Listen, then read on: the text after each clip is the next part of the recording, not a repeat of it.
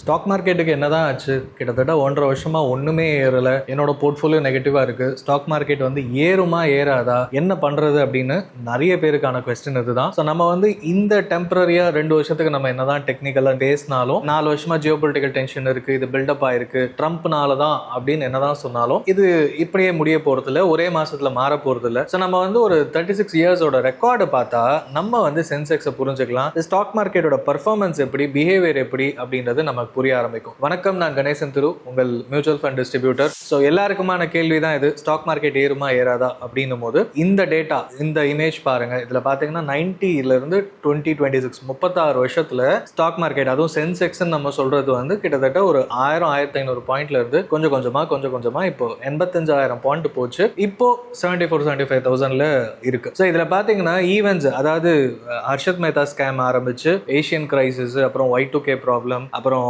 Twin tower இடிக்கப்பட்டது யூஎஸ்ல, அப்புறம் இந்தியாவில் ஒரு மிகப்பெரிய ராலி, அக்ராஸ் த வேர்ல்ட் மிகப்பெரிய ராலி 3 to 7, அதுக்கப்புறம் ஒரு குளோபல் ஃபினான்ஷியல் கிரைசிஸ் 2008-9. இதுக்கு நடுவுலலாம் குட்டி குட்டி ஈவெண்ட்ஸ் நடந்துகிட்டே இருந்தது. ஒரு ஃபால், கிராஷ் நடக்கும், ஒரு 5% 10% ட்ராப் ஆகும், திருப்பி ஏறும், திருப்பி பெரிய ஃபால் வரும். அப்புறம் 2020ல ஒரு பெரிய கோவிட் கிரைசிஸ் வந்துச்சு. இது எல்லாமே பாத்தீங்கன்னா ஒரு வார் இருந்தது, ஒரு ஃபினான்ஷியல் கிரைசிஸ் வந்துச்சு, அப்புறம் slowdown, global slowdown, சைனாவோட இம்பாக்ட், இந்த மாதிரி குட்டி குட்டியா அங்கங்க ஒரு நாட்டில் நடக்கிற பிரச்சனை உலக மார்க்கெட் அஃபெக்ட் ஆனது. இது எல்லாமே பாக்குறோம். நீங்க ஃபுல்லா பாத்தீங்கன்னா இமேஜ் 1000ல இருந்து 1500ல இருந்து கிட்டத்தட்ட ஒரு 1 வே ரேலி மாதிரி அப்பப்போ பெரிய டிராப்ஸ் இருக்கும், அப்பப்போ பெரிய ரேலி தெரியும். ஆனா ஒரு இசிஜி மாதிரி நேரா போற மாதிரி இருக்கும். பட் அப்பப்போ ஒரு 2 years 3 years பீரியட் எடுத்து நம்ம டைசெக்ட் பண்ணி பார்த்தோம்னா அங்கங்க ஒரு பெரிய ஃபால் இருக்கும், ஒரு பயம் இருக்கும், ஒரு 5 years திருப்பி மேல வருமானு தெரியாத சிச்சுவேஷன், மக்கள் கிட்ட ஒரு பேனிக் சிச்சுவேஷன் வரும். இதெல்லாம் மீறி தான் மார்க்கெட் வந்து இவ்வளவு தூரம் வந்துருக்கு. ஸோ நமக்கு புரிஞ்சுக்க வேண்டியது விஷயம் என்னன்னா, ஃபர்ஸ்ட் லெசன் இதுதான், market crashes are temporary, but ஆனா growth is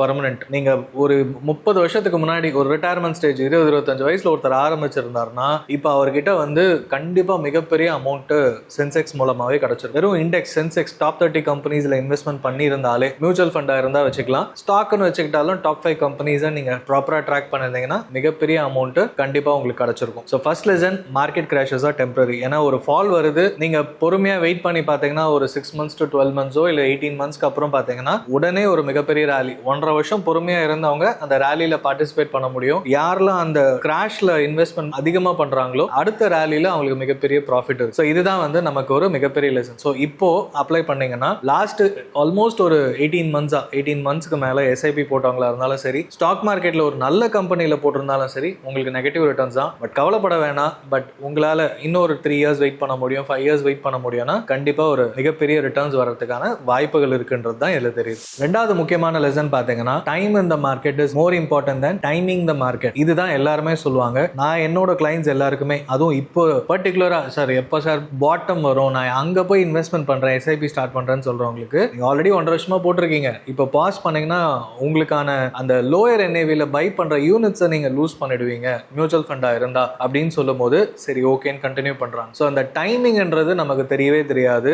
ஏன்னா யாருமே வந்து இதுதான் பாட்டம், இதுக்கு கீழே போவாது அப்படின்ற சிச்சுவேஷன்ஸ் கிடையவே கிடையாது. ஸோ மார்க்கெட்டை டைம் பண்றது கஷ்டம். டைம் இந்த மார்க்கெட் ஒரு 10 வருஷம் 5 வருஷம் 15 வருஷம் அப்படின்ற அந்த டைமை நம்மளால ஈஸியா பண்ண முடியும். ஏன்னா உங்களோட கோல்ஸ் எல்லாமே லாங் டர்ம். உங்களோட பசங்களோட படிப்பு, அவங்களோட கல்யாண செலவு, இல்ல உங்களோட ரிட்டையர்மெண்ட் எல்லாமே வந்து மோர் தேன் 15 இயர்ஸ்க்கு மேல இருக்கும். ஸோ தாராளமா டைம் இந்த மார்க்கெட் உங்களால கொடுக்க முடியும். டைமிங் மட்டும் பண்ண முடியாது. ஸோ அது ரொம்பவே பண்ண முடியாது. ஸோ இப்போ கூட ஒருத்தர் பாத்தீங்கன்னா லிக்விட் ஃபண்ட்ல போட்டு எஸ்டிபி பண்றேன் அப்படின்னாரு. நல்ல ஆப்ஷன் சார், தாராளமா பண்ணலாம் அப்படின்னு சொல்லியாச்சு. பட் ஆனா சார் ஆல்ரெடி 72,000 வந்துருச்சு, 73,000ல இருக்கு, நான் மொத்தமா போட்டுட்டுமா, அதுவுமே நல்ல ஆப்ஷன் தான். பட் ஆனா நெக்ஸ்ட் 2-3 months வந்து மார்க்கெட் எப்படி போகும் தெரியாது, ஒரு டைரக்ஷன்லெஸ்ஸா தான் இருக்கு ஒரு 10 days முன்னாடி. ஸோ போட்டுட்டு ஒரு நெக்ஸ்ட் 6 to 8 weeks, ஒரு ஆல்மோஸ்ட் ஒரு 1.5-2 மாசத்துக்கு எஸ்டிபி பண்ணோம்னா ஆட்டோமேட்டிக்கா நீங்க எல்லா லெவல்ஸ்லயும் வாங்கிடுவீங்க. நம்மளால பாட்டம் கரெக்டா பிக் பண்ண முடியாது சார், பட் ஆனா இந்த டைம் லைனுக்குள்ள கண்டிப்பா ஒரு பெரிய ரேலி கொடுக்கறதுக்கான வாய்ப்புகள் ரொம்ப ரொம்ப கம்மி அப்படின்னும் போது சரி ஓகே, அதனால எஸ்டிபி பண்ணும். ஸோ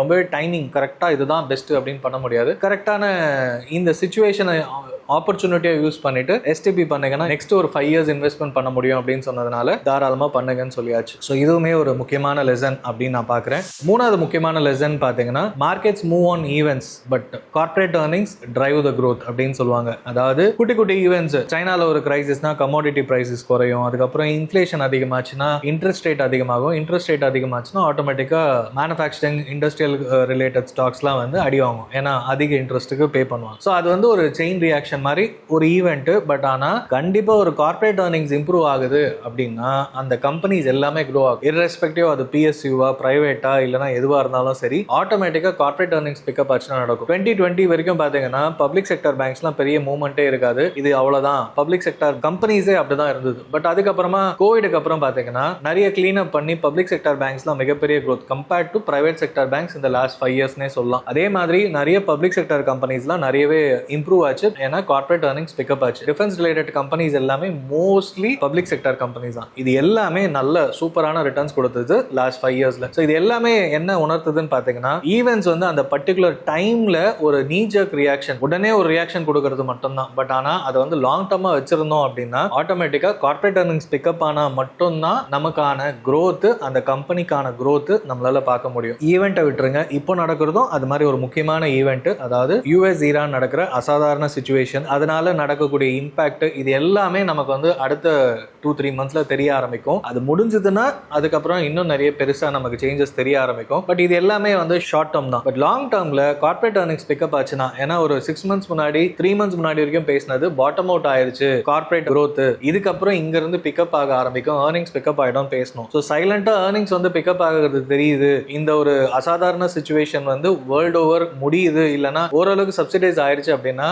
எக்ஸ்போர்ட்ஸ் பிக்கப் ஆகும், இந்த மாதிரி கம்பெனிஸ்லாம் க்ரோ ஆகும் அப்படின்றது ஒரு டவுட்டும் வேணாம். ஸோ இந்த ஈவெண்ட்ஸை வந்து ஷார்ட் டர்மாக பாருங்க, முடிகிற வரைக்கும் வெயிட் பண்ணுங்க, அதுக்கப்புறமா earnings பிக்கப் ஆகுதான்னு பார்த்துட்டு அதுல இருந்து உங்க போர்ட்ஃபோலியோ ரீபேலன்சிங்கும் எது ஒன்றா பண்ணலாம். நாலாவது முக்கியமான லெசன் பார்த்தீங்கன்னா biggest opportunity comes during the crashes, அதாவது கிரைசிஸ் இல்லை கிராஷ் தான். 2020 கிரைசிஸ்ல 41,000 25,000 வந்துச்சு. 2008 பார்த்தீங்கன்னா 21,000 பாயிண்ட்ல இருந்து கிட்டத்தட்ட ஒரு 8,000 பாயிண்ட் வரைக்கும் வந்துச்சு. இது எல்லாமே என்ன சொல்லுதுன்னா ஒரு மிகப்பெரிய கிராஷ். ஆனால் இவ்வளோ கீழே வரும் நமக்கு தெரியாது. பட் குறைய நம்ம வந்து இன்வெஸ்ட்மெண்ட் பண்ணிட்டே இருந்தோம். ஒரு பாட்டம் தெரியுது, அதுக்கப்புறம் இன்வெஸ்ட்மெண்ட் பண்ண ஆரம்பிக்கணும். மேபி ஒரு 10-11,000 ஆரம்பிச்சு நீங்க ஒரு 15,000 வரைக்கும் ஸ்ப்ரெட் அவுட் பண்ணிருந்தீங்கன்னா அடுத்த 5 இயர்ஸ்ல உங்களுக்கு மிகப்பெரிய ரிட்டர்ன்ஸ் கிடைச்சிருக்கும். அதே மாதிரி தான் கோவிட் டைம்ல ஒரு ஷார்ட் டர்ம் 3 to 4 மந்த்ஸ் தான் வந்து ஒரு பாட்டம் போச்சு. உடனே வந்து அந்த வேக்சின் கண்டுபிடிச்சிட்டாங்கன்னு சொன்ன உடனே மறுபடியும் இன்வெஸ்ட்மெண்ட்ஸ் உள்ள வர ஆரம்பிச்சது, earnings பிக்கப் ஆச்சு, ஆட்டோமேட்டிக்கா சேஞ்ச் ஓவர் மாதிரி நடந்துச்சு. ஸோ இதெல்லாம் என்ன தெரியுதுன்னா ஒரு கிராஷ் டைம்ல யாரெல்லாம் ஒரு 30,000 யாரெல்லாம் இன்வெஸ்ட்மெண்ட் பண்ணியிருந்தாங்களோ இப்போ மார்க்கெட் 10,000 பாயிண்ட்ஸ் குறைஞ்சிருந்தாலும் ஆல்மோஸ்ட் டபுள் த ரிட்டர்ன்ஸ், ஒரு மோர் தேன் 20% ரிட்டர்ன்ஸ்ல இன்னுமுமே இருப்பாங்க அப்படின்றது தான் நமக்கு தெளிவா தெரியும். ஸோ அந்த மார்க்கெட் கிராஷை ஆப்பர்ச்சுனிட்டியை யூஸ் பண்ணிக்கலாம். இப்போ நடக்கிறதும் பார்த்தீங்கன்னா கிட்டத்தட்ட கிராஷ் கைண்ட் ஆஃப் சிச்சுவேஷன் தான். ஸோ அதனால பட் ஸ்டெப் பை ஸ்டெப்பா குறைஞ்சது. இங்க இருந்து இன்னும் பாட்டம் அவுட் ஆகாம, ஏன்னா லோக்கல்ல நமக்கு ஸ்டேபிளான கவர்மெண்ட் இருக்கு, மானிட்டரி பாலிசி டைட்டா கரெக்டா மெயின்டைன் பண்ணிட்டு இருக்காங்க, எல்லாமே நல்லா போயிட்டு இருக்கு. அப்படின்னும் போது எக்ஸ்டர்னல் ஈவெண்ட்ஸ்னால மட்டும்தான் இப்போ நடக்கிற கிராஷஸ். FIIs பணம் எடுக்கிறாங்க, டாலர் ஸ்ட்ரென்தனிங் அதிகமாயிட்டே போகுது அப்படின்ற காரணங்களுக்குனால இப்போ நடக்கிற மார்க்கெட் வீழ்ச்சி பார்க்குறோம். ஸோ இது வந்து டெம்பரரியா நினைச்சுக்கலாம், கூடிய சீக்கிரமே இது ஒரு சேஞ்ச் நடக்கும் அப்படின்றத நம்ம எதிர்பார்க்கலாம். ஸோ ஃபைனல் லெசன், 5வது லெசன் பார்த்தீங்கன்னா கம்பவுண்டிங் நீட்ஸ் பேஷன்ஸ். அதாவது கம்பவுண்ட் ஆகணும் அப்படின்னா பொறுமை தான் அவசியம். அவசரப்பட்டா growth கிடைக்கவே கிடைக்காது. நீங்க ஒரு பணம் வந்து ஒரு மந்த்லி SIP போடுறீங்க அப்படின்னா, இல்ல மாசம் கொஞ்சம் கொஞ்சமா பணம் போடுறீங்கன்னா 10 வருஷத்துல டபுள் ஆகும், 15 வருஷத்துல ட்ரிபிள் ஆகும், 20 வருஷத்துல பாத்தீங்கன்னா 4 மடங்கு ஆகும். இதுல இருந்து என்ன தெரியுது, கம்பவுண்டிங் வந்து ஒன்ஸ் டபுள் ஆயிடுச்சுன்னா அங்கிருந்து டபுள் ஆகிறதுக்கு டைம் கம்மியான டைம்ல ஃபர்ஸ்ட் 10 இயர்ஸ்ல டபுள் தான் ஆகுது, அடுத்த 20 வருஷத்துல பாத்தீங்கன்னா 4 மடங்கு வளருது அப்படின்னு தெரியுது. ஸோ இதை மட்டுமே நீங்க ஞாபகம் வச்சிருந்தீங்கன்னா உங்களோட லாங் டர்ம் கோல்ஸ், உங்க ரிட்டையர்மெண்ட்டுக்கு நீங்க கொஞ்சம் கொஞ்சமா இப்பவே பணம் சேர்க்க ஆரம்பிக்கலாம். ஸோ சென்செக்ஸை பொறுத்த வரைக்கும் அப்ஸ் அண்ட் டவுன்ஸ் நடந்துகிட்டே இருக்கும். இதுதான் ECG மாதிரி. இதை வந்து இப்போ இப்படி இருக்கு, நான் வெளியில எடுத்துறேன், மார்க்கெட் எல்லாமே சரியான பிறகு உள்ள வரேன்னா அது யாராலையும் டைம் பண்ணவே முடியாது. லாஸ்ட் 36 இயர்ஸ் பார்க்கும்போது ஓகே இந்த இடத்துல போட்டிருந்தா நமக்கு அந்த பாட்டம்ல இருந்து வெளியே வந்திருப்போம் அப்படின்னு தெரியும். பட் அந்த பாட்டம்ல உங்க போர்ட்ஃபோலியோ மேபி -10%, -15% இருக்கும். பட் ஆனா அந்த டைம்லயும் நீங்க யூனிட்ஸ் வாங்கிட்டே இருந்தீங்கன்னா அடுத்த 6 மந்த்ஸ்லயே சேஞ்ச் ஓவர் ஆகிறதுக்கான வாய்ப்புகள் ரொம்பவே இருக்குங்க. அது இப்போ வந்த பிறகு நம்ம லெசனா பார்க்கலாம், அனலைஸ் பண்ணலாம். டேட்டா பாயிண்ட்ஸ்க்கான நிறைய வெப்சைட்ஸ் இருக்கு, அது அடுத்தடுத்த நம்மளோட வீடியோஸ்ல நான் ஷேர் பண்றேன். பட் இந்த சென்செக்ஸ் ஜர்னி லெசனை பார்க்கும்போது 36 வருஷத்துல 1500 பாயிண்ட்ஸ்ல இருந்து 85,000 வரைக்கும் போயிருக்கு. இருக்கு. இதோட மல்டிப்ளிகேஷனையும் நீங்க ஒரு கோல்டு போட்டிருந்தாலும் சரி, ரியல் எஸ்டேட்ல போட்டிருந்தாலும் கண்டிப்பா இந்த அளவுக்கு வரதுக்கான வாய்ப்புகள் ரொம்பவே கம்மி. ஏன்னா ரியல் எஸ்டேட்டோ கோல்டோ நீங்க பல்கா தான் போடணும். அண்ட் அது வந்து ஒரு என்ட்ரி அண்ட் எக்ஸிட் ரொம்பவே முக்கியம். அதுவும் கோல்டை பொறுத்த வரைக்கும் நடுவில் ஒரு 7 இயர்ஸ் ஏறாமே இருந்துச்சு. 90s இருந்து 2003-4 வரைக்கும் ஏறாமே இருந்துச்சு. இந்த மாதிரி ஒரு 10 வருஷத்துக்கு வந்து ஏறாமே இருந்ததுன்னா நமக்கே வந்து என்னடா ரிட்டர்ன்ஸ் இல்லைன்னு பார்ப்போம். பட் ஆனால் சென்செக்ஸை பொறுத்த வரைக்கும் ஒரு வருஷம் 2 வருஷம் ஏறாட்டியும் 3வது வருஷம் அது கம்பவுண்டிங்கா ரிட்டர்ன்ஸ் கொடுத்துருக்கு. அதுதான் advantage of investing in equity or stock market. இல்லைனா நம்மளோட டாப் 30 கம்பெனிஸ் தான் சென்செக்ஸ்னு சொல்றோம். ஸோ இது வந்து ஒரு மிகப்பெரிய லெசனா இருந்திருக்கும். இந்த மாதிரி உங்க ஃப்ரெண்ட்ஸ் யாராவது ஸ்டாக் மார்க்கெட்ல போட்டு நெகட்டிவா இருக்கு, லாஸ்ட் 1.5 வருஷமா 3 வருஷமா எஸ்ஐபி போட்ட ஒண்ணுமே ரிட்டர்ன்ஸ் இல்லை அப்படின்னு சொல்லியிருந்தாங்கன்னா அவங்களுக்கு இந்த வீடியோ ஷேர் பண்ணுங்க. உங்களுக்கு இந்த ஜேர்னில ஏதாவது டவுட்ஸ் இருக்கு, உங்களுக்கு ஏதாவது இன்னொரு டிஃப்ரெண்டான லெசன் பெர்ஸ்பெக்டிவ் கிடைச்சது அப்படின்னா கீழே கமெண்ட் பண்ணுங்க. நான் உங்களுக்கு ரிப்ளை பண்றேன். தேங்க்யூ.